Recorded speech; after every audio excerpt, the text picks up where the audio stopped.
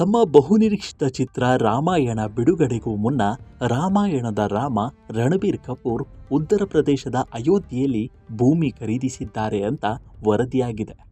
ಇದರೊಂದಿಗೆ ನಟ ಅಮಿತಾಬ್ ಬಚ್ಚನ್ ನಂತರ ರಾಮನ ಜನ್ಮಸ್ಥಳದಲ್ಲಿ ಭೂಮಿ ಮೇಲೆ ಹೂಡಿಕೆ ಮಾಡಿದ ಎರಡನೇ ಬಾಲಿವುಡ್ ತಾರೆ ಎಂಬ ಹೆಗ್ಗಳಿಕೆಗೆ ರಣಬೀರ್ ಪಾತ್ರರಾಗಿದ್ದಾರೆ. ಅಯೋಧ್ಯೆಯಲ್ಲಿರುವ ಅಭಿನಂದನ್ ಲೋಧಾ ಅವರ ಮನೆಯಿಂದ ನಿರ್ಮಿಸಲಾದ ಪ್ರೀಮಿಯಂ ಫ್ಲಾಟ್ ಅಭಿವೃದ್ಧಿಯಾದ ದಿ ಸರಯೂನಲ್ಲಿ ರಣಬೀರ್ ಹೊಸ ಭೂಮಿಯನ್ನ ಸ್ವಾಧೀನಪಡಿಸಿಕೊಂಡಿದ್ದಾರೆ.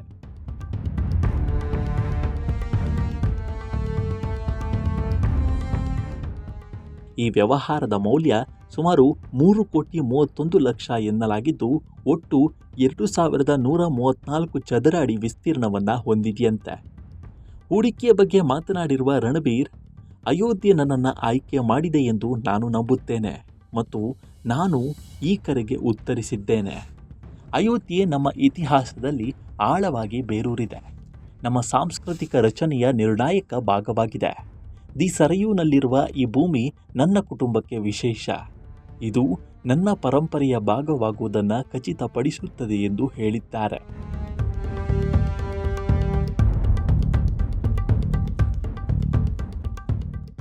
ನಿತೀಶ್ ತಿವಾರಿ ಅವರ ಮುಂಬರುವ ಪೌರಾಣಿಕ ಮಹಾಕಾವ್ಯ ರಾಮಾಯಣದಲ್ಲಿ ರಾಮನ ಪಾತ್ರವನ್ನು ನಿರ್ವಹಿಸಲಿರುವ ನಟನಿಗೆ ಈ ಖರೀದಿ ಮಹತ್ವದ ಸಮಯದಲ್ಲಿ ಬಂದಿದೆ.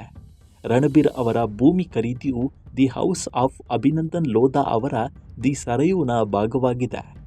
ಈ ಯೋಜನೆ ಅಯೋಧ್ಯೆಯ ಸರಯೂ ನದಿಯ ದಡದಲ್ಲಿ 75 ಎಕರೆ ವಿಸ್ತೀರ್ಣದ ಅಭಿವೃದ್ಧಿ ಯೋಜನೆಯಾಗಿದೆ. ಈ ಅಭಿವೃದ್ಧಿಯಲ್ಲಿ ದೊಡ್ಡ ಕ್ಲಬ್ ಹೌಸ್, 35ಕ್ಕೂ ಹೆಚ್ಚು ಜೀವನ ಶೈಲಿ ಸೌಲಭ್ಯಗಳು ಮತ್ತು ದಿ ಲೀಲಾ ಅವರ 5 ಎಕರೆ ಸಂಪೂರ್ಣ ಸಸ್ಯಾಹಾರಿ ಐಷಾರಾಮಿ ಹೋಟೆಲ್ ಸೇರಿವೆ.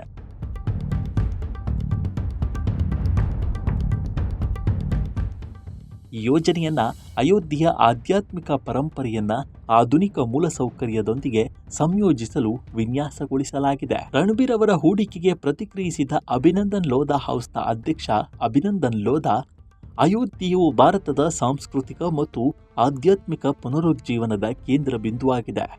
ಮೂಲಸೌಕರ್ಯ, ಪ್ರವಾಸೋದ್ಯಮ ಮತ್ತು ಜಾಗತಿಕ ಗಮನದಿಂದ ನಡೆಸಲ್ಪಡುವ ಸ್ಪಷ್ಟ ದೀರ್ಘಕಾಲೀನ ಬೆಳವಣಿಗೆಯ ಪಥವನ್ನು ಹೊಂದಿದೆ.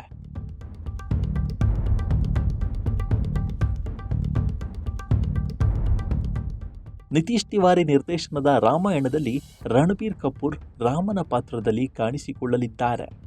2 ಭಾಗಗಳಲ್ಲಿ ಬರುವ ಪೌರಾಣಿಕ ಸಿನಿಮಾ 4,000 ಕೋಟಿ ರೂಪಾಯಿಗಳ ಬೃಹತ್ ಬಜೆಟ್ ಹೊಂದಿದೆ ಎಂದು ವರದಿಯಾಗಿದೆ. ರಣಬೀರ್ ಕಪೂರ್ ಅವರ ಈ ನಡೆ ಬಗ್ಗೆ ನಿಮ್ಮ ಅಭಿಪ್ರಾಯ ಏನು ಅನ್ನೋದನ್ನು ಕಾಮೆಂಟ್ ಮೂಲಕ ತಿಳಿಸಿ. ಈ ವಿಡಿಯೋ ನಿಮಗೆ ಇಷ್ಟವಾಗಿದ್ದರೆ ಲೈಕ್ ಮಾಡಿ, ಶೇರ್ ಮಾಡಿ ಮತ್ತು ನಮ್ಮ NCIB ಚಾನಲನ್ನು ಈ ಕೂಡಲೇ ಸಬ್ಸ್ಕ್ರೈಬ್ ಮಾಡಿ. ಮುಂದಿನ ವಿಡಿಯೋದಲ್ಲಿ ಸಿಗೋಣ. ನಮಸ್ಕಾರ.